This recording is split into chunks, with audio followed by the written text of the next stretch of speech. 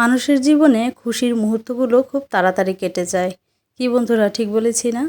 যখন বাসায় মেহমান আসে তখন এত ভালো লাগে, আর যখন ওরা চলে যায় তখন মনটা খুব খারাপ হয়ে যায়, সত্য কথা।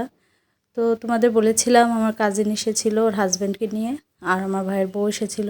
তো কয়েকদিন ধরে খুব মজা করছিলাম, খুব আনন্দ করছিলাম, ঘুরছিলাম ফিরছিলাম, খাওয়া দাওয়া আছে সাথে, খুব ভালো লাগছিল।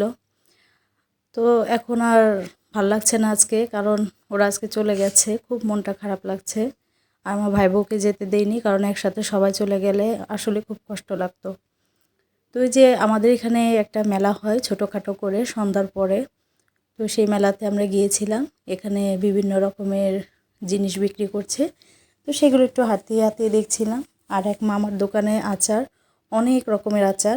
এই আচারগুলো আমার না কিনলেই না, বিশেষ করে আমার বড় মেয়ের জন্য অনেক পছন্দ করে এই আচার। তো মামার কাছ থেকে কিছু আচার নিয়ে নিলাম কয়েক পদের।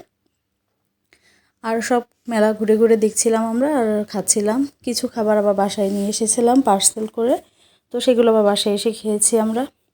তো সুন্দর করে মামা মশলাপাতি দিয়ে বিট লবণ দিয়ে প্যাকিং করে দিল, তো দিলাম। এখানে আবার দেখছি এত সুন্দর সুন্দর বাচ্চাদের বড়দের ক্লিপ, তারপরে রাবার ব্যান্ড, আরও বিভিন্ন রকমের মেয়েদের আইটেম যেগুলো আছে সেগুলো বিক্রি করছে। তো খুব ভালো লাগছিল জিনিসগুলো, একটু হাতিয়ে হাতিয়ে দেখছিলাম, কারণ মেয়ে মানুষ না হাতিয়ে দেখলে তো আবার রাতে ঘুম আসবে না।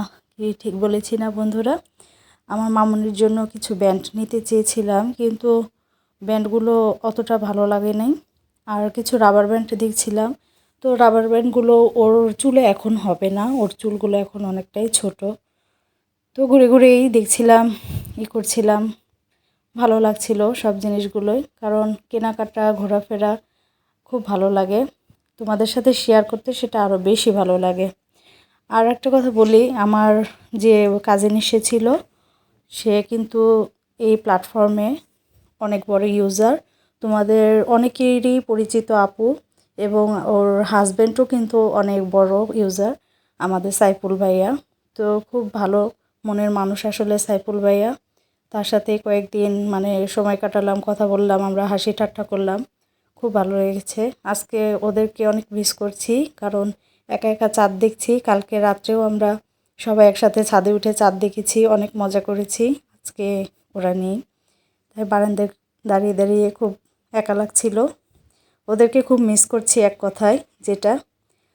তারপর আর কি বলবো, সবাই ভালোবাসা দিও, আমার পেজটাকে সবাই বেশি বেশি করে ভালোবাসা দিও। তোমাদের নোটিফিকেশন পাওয়ার পরে হয়তো একটু দেরি করেও দিলেও ইনশাল্লাহ দিব। আর কেমন লাগলো আমার ভিডিওটি সবাই কিন্তু কমেন্টসে জানাবে।